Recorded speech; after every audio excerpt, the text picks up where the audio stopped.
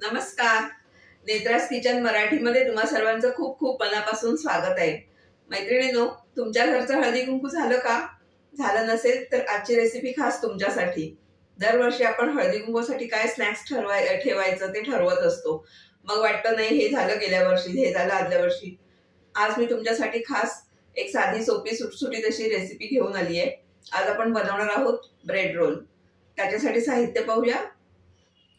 Bread रोलसाठी मी इथे 1/2 kilo बटाटे घेतले, आलं लसूण मिरची, बारीक चिरलेली कोथिंबीर, हळद, एक चिमूट हिंग घेतलाय, चवीपुरतं मीठ, एक चीज क्यूब घेतली आहे, तळण्यासाठी तेल आणि ब्रेड. सगळ्यात आधी आपण हे वाटण करून घेणार आहोत. हा ब्रेड रोलसाठीचा मसाला इथे तयार आहे. हा थोडासा जाडसर असला तरी चालेल, पण त्याच्यामध्ये अजिबात पाणी न घालताच वाटायचं आहे आपल्याला. आता हे उकडून घेतलेले बटाटे आहेत ते मी किसणीवर असे किसून घेते. इथे मी बटाटे किसून घेतले. बटाटे किसूनच घ्यायचे, मॅश करून घेतले तर कुठेतरी असा अखंड राहण्याचे चान्सेस असतात आणि मग ते रोल वळताना जरा प्रॉब्लेम होतो. आता याच्यामध्ये मी घालते हा जो आपण मसाला वाटलाय तो. मी 2च मिरच्या घेतल्यात, तुम्ही तुमच्या आवडीनुसार घ्या, कमी अधिक. एक चिमूट हिंग आणि अर्धा चमचा हळद, चवीपुरतं मीठ, कोथिंबीर आणि हे चीज त्याच्यामध्ये किसूनच घालते. आता आपण हे सगळं मिश्रण मिक्स करून घेऊया. इथे मी सगळ्या ब्रेडच्या कडा काढून घेतल्यात आणि एका बाउलमध्ये पाणी घेतलंय.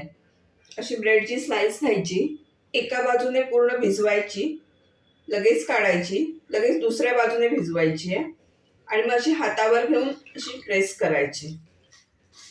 सगळं पाणी असं प्रेस करून काढून टाकायचं.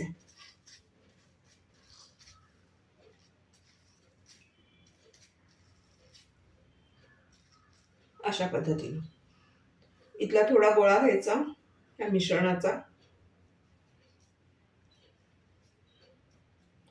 आणि तो असा क्रॉस भरायचा आणि मग इकडून असं पॅक करायचं.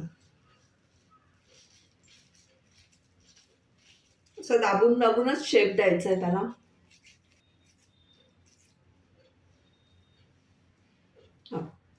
असा इथे आपले ब्रेड रोल करून तयार आहे. आता ते आपण तळणार आहोत. तळण्यासाठी तेल इथे मी गरम व्हायला ठेवलंय. इथे आपलं तेल गरम झालंय, मध्यम गरम झालंय आणि गॅस सुद्धा मी मीडियम ठेवलाय. तर एक एक रोल सोडून देते.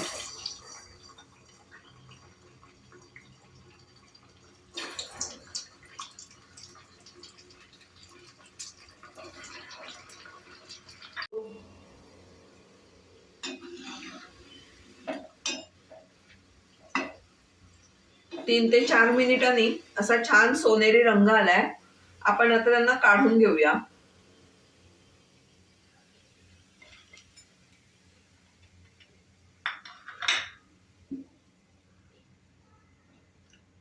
आता मी पुढची बॅच पण तळून घेते. तर असे हे क्रिस्पी, चटपटीत आणि पटकन होणारे ब्रेड रोल तयार आहेत. हे आपण आदल्या दिवशी रोल तयार करून फ्रीजमध्ये ठेवले आणि दुसऱ्या दिवशी आयत्या वेळेस फ्राय करून सर्व केले तरीही चालतात. तसंच लहान मुलांना सुद्धा टिफिनमध्ये आपण देऊ शकतो. आज मी तुम्हाला एक रोल कट करून दाखवते.